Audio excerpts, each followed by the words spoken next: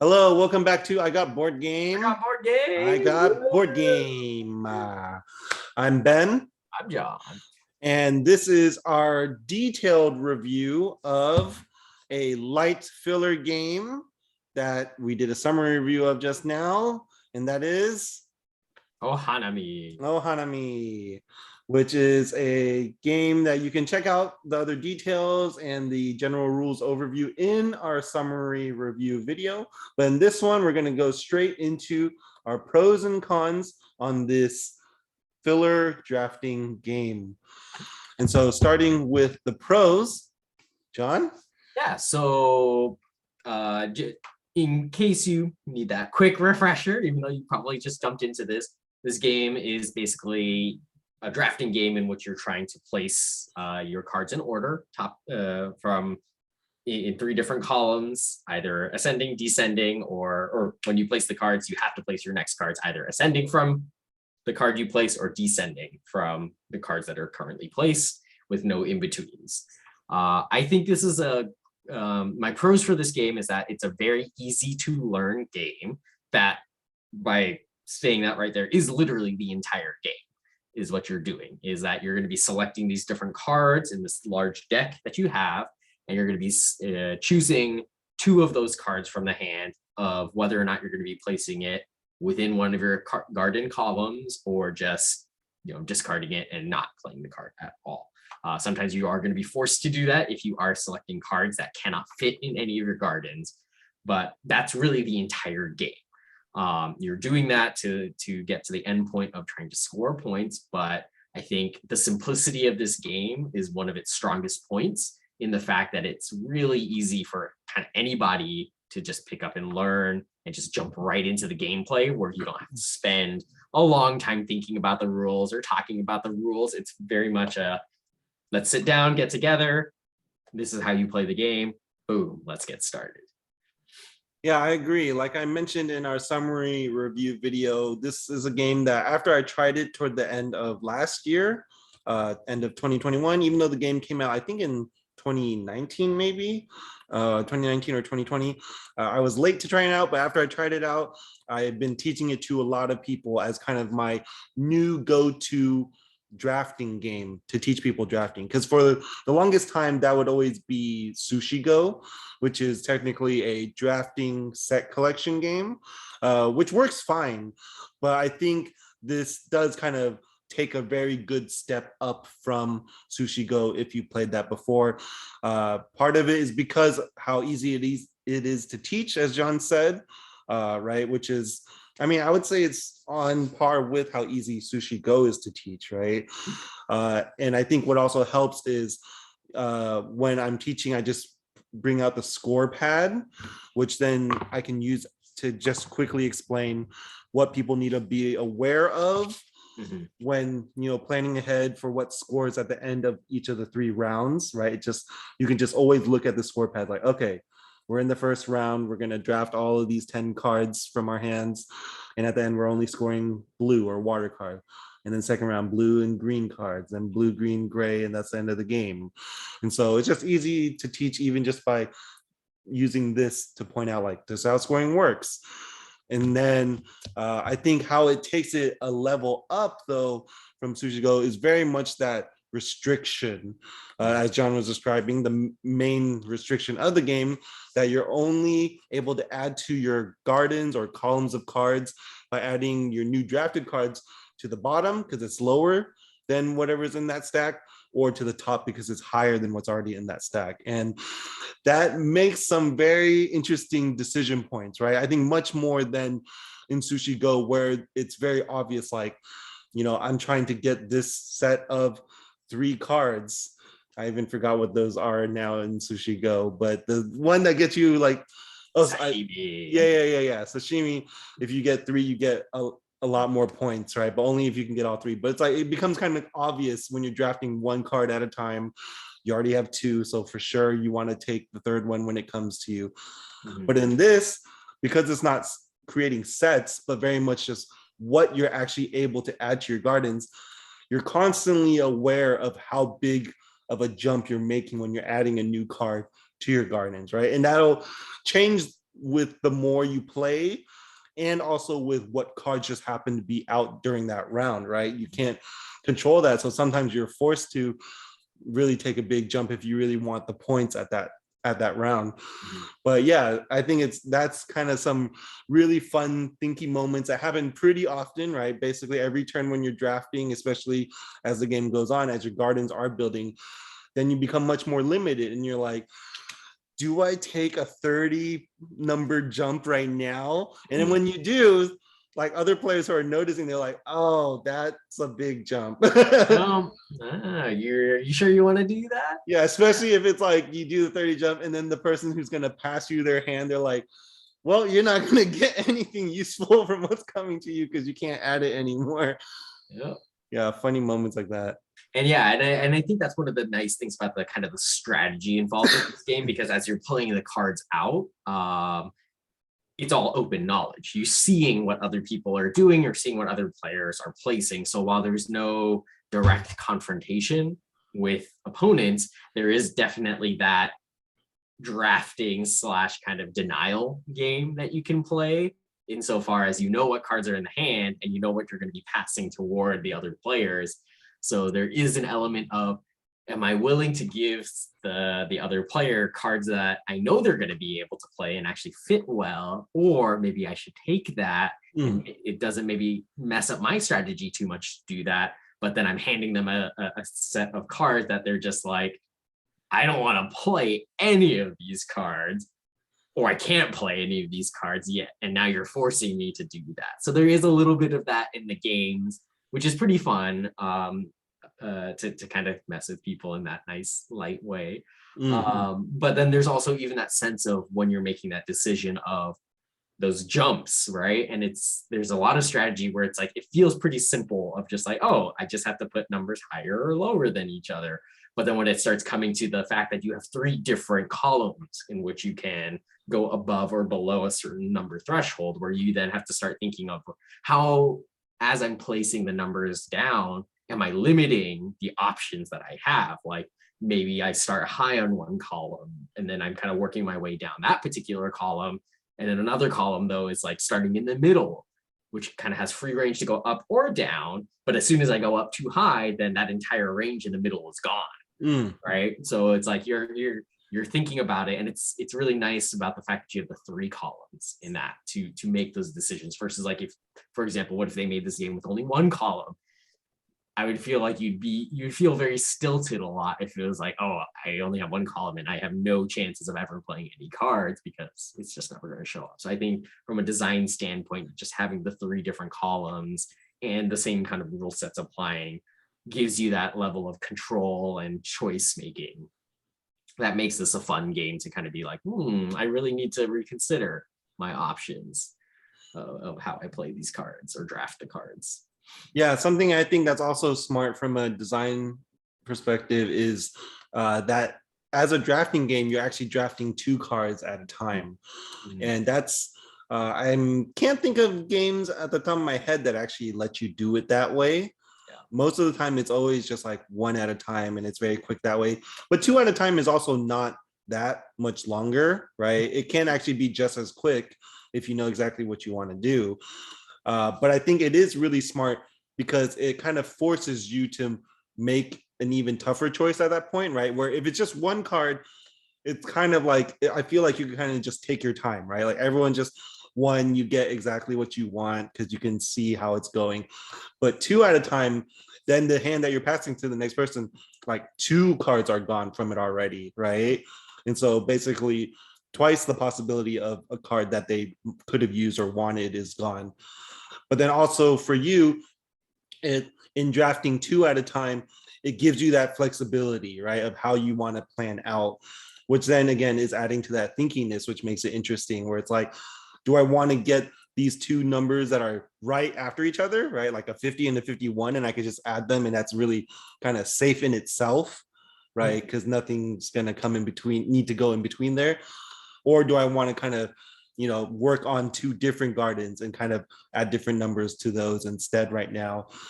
And then, of course, in drafting 2 at a time, what influences your choice is the type of card it is, right? Whether it's blue, green, or gray, or even cherry blossom pink, right? Because then it's like you can kind of jump ahead quite a bit in points in that one turn, right?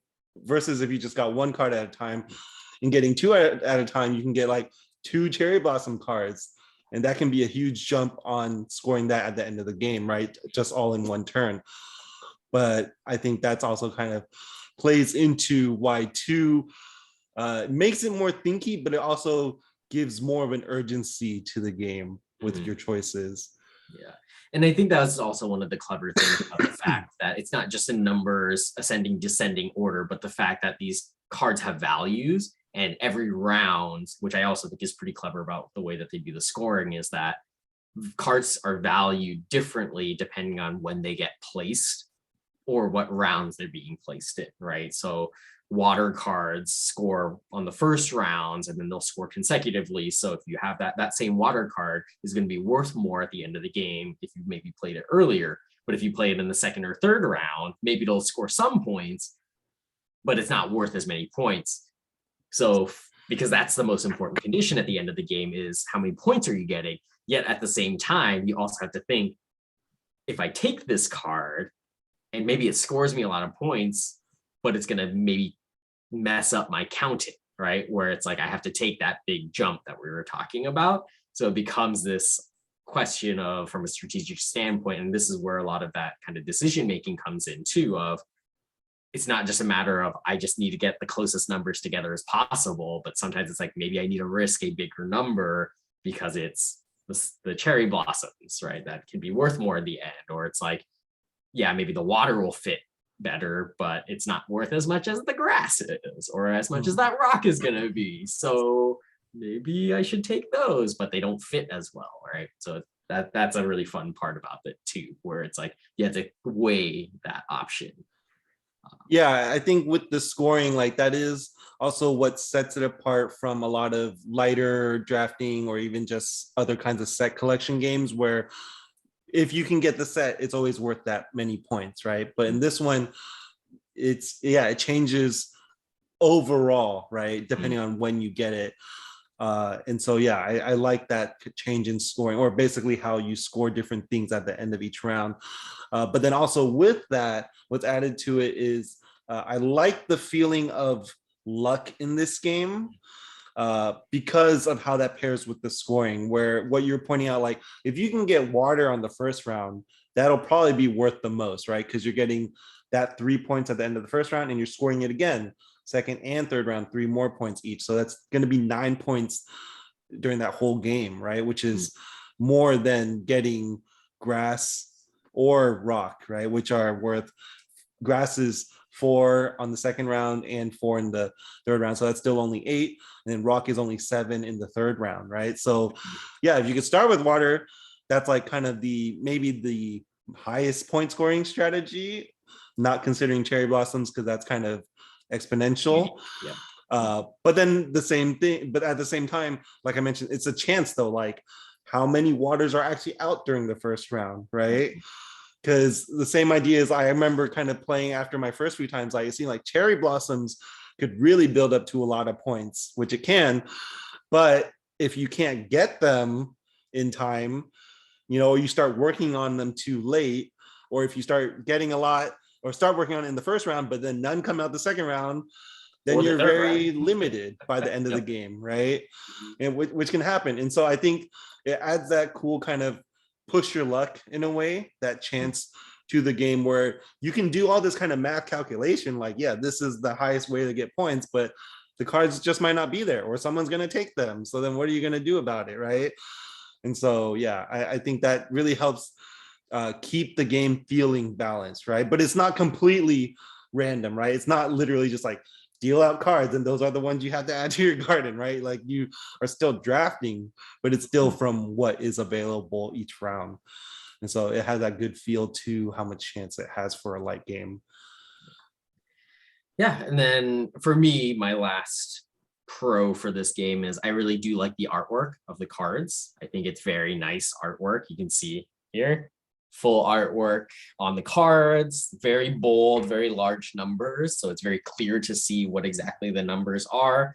There is variance in the cards. I don't think it's all unique artwork on every single card, but there is enough difference in the cards where it's like you can see here, for example, the cherry blossoms on this card for 11 is actually small. It's because it's a small number, so it's a very small amount of cherry blossoms versus this large, number 107, which is like a giant tree filled with the cherry blossoms. It doesn't directly impact your scoring from like the number being different, but it is nice to have like different artwork in a game, even a game as simple as this that kind of catches your eye and kind of is, shows some value to the production of what they put together. I agree. Which is nice. It's a nice detail. So okay, so then moving on to our cons, John. Yeah. So I'll follow on the same vein of what I was talking about with the art. I do find that it is unfortunate that while I'm praising the art here, that when you're playing the game, the fact that you have to stack your cards on each other means you actually don't get to see the art very much as you're playing the game. I guess you could stack it on top of each other where you shift the numbers a little bit further apart, but then the spacing of how much space that would take is way higher.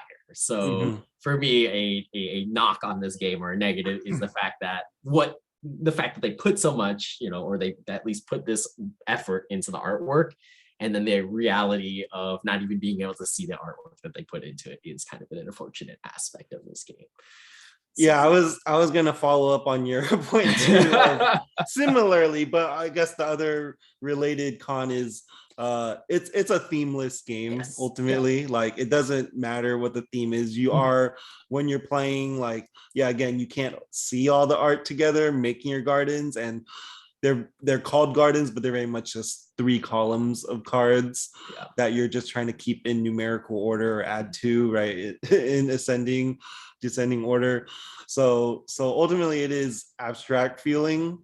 And so that's a small knock, because I obviously usually care about theme in a game, where then this does just feel like I'm playing the mechanisms, but it is a filler game too. And I think over time I've kind of become more forgiving about that with smaller and filler games, because they're meant to be fast. They're not meant to be like this whole storytelling that's happening while you're playing a 20-minute game, Yeah.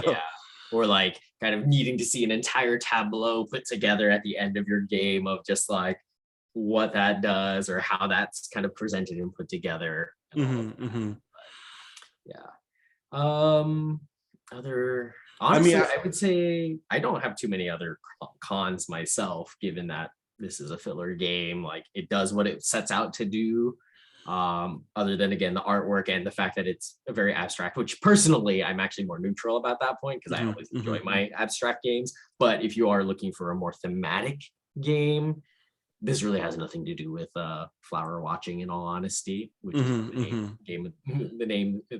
the game's name is. So take that as you will, but it is a fun game. So I mean, like I said, I think like it's hard for me to think of light filler games that are actually thematic. It's a very small few, I would say, that actually makes you feel like you're doing something related to the theme. Like Sushi Go is not one either. I mean, you're just collecting sushi. You're supposed to be eating meals, but I don't feel like I'm eating any sushi. I'm just getting ones together, That's because you haven't eaten sushi while you play sushi. You're only allowed to eat the pieces that you get. But I guess the other con for me is certain parts when teaching the game, just kind of to be aware of. The main con, I would say, is the rule that while you're drafting each turn and you pass your hand to the person on your left or your right, depending on which round, it says like the person who passes last, basically decides their cards last, is the one who has to reveal first and do something with the 2 cards. I feel like it's kind of unnecessary to do that rule, because it's kind of awkward to teach. Because when I'm teaching people, it's like I explain it, and then I'm always the one who has to keep track, like, okay, you decided last, so you should go. But then also when it comes to the final hand of the round, I mean, you have to do something with those 2 cards anyway. So the turn order, there's no way to decide, because we literally just got past 2 cards we all decided on the cards to draft at the same time. So it's like, who goes first? And I get from like a more gamery standpoint of they needed a rule to decide who goes first, because you know, if someone else plays their cards first, then that can influence your decision, like, oh, then maybe I shouldn't add these cards, or I should just discard it so that they don't know that the card's not coming to them later. Or you know, there's a little bit of like extra gamer level stuff you could do like that. But I find it unnecessary in such a light game. You know, I feel like it literally could have just been like in most drafting games where everyone's playing simultaneously, of just, okay, then all decide what to do at the same time. And then if players want to be gamer and like wait for the other players, like, okay, that's on them. It's like, I'm not gonna enforce anything about that, but putting it in the rules makes it a bit more fiddly than it should be. Where if you just said like, yeah, then I'll play your two cards or decide what to do with them at the same time. So that was the main thing that kind of always comes across when teaching. That's a little rough, fiddly. But aside from that, I think the only other rules thing to be aware of is kind of letting people, and this is not so much a con, just more to be aware of when you're teaching the game, because people come into the game with, I guess, certain assumptions that is kind of surprising to see, but understandable, just because we all have our own experiences with games. And so one of the things that has come up a couple times, I think, is people might assume that your gardens get cleared at the end of a round and then you start over. But no, you have to let people know when you're teaching, like, no, your gardens stay and you continue building off of those. So that's how the decision making gets harder and harder. And so that's kind of a thing to keep in mind. And then the other thing is, I guess, kind of often reminding people of what scores at the end of each round. But I think, like I mentioned, having the score sheet, just setting that out, that makes it very clear to everyone. Just like, you can always just look at this and you'll know at the end of this whole round, after all our hand is gone, what we're going to be scoring. And so yeah, those aren't as much cons. Just be aware that those things might come up when you're teaching the game.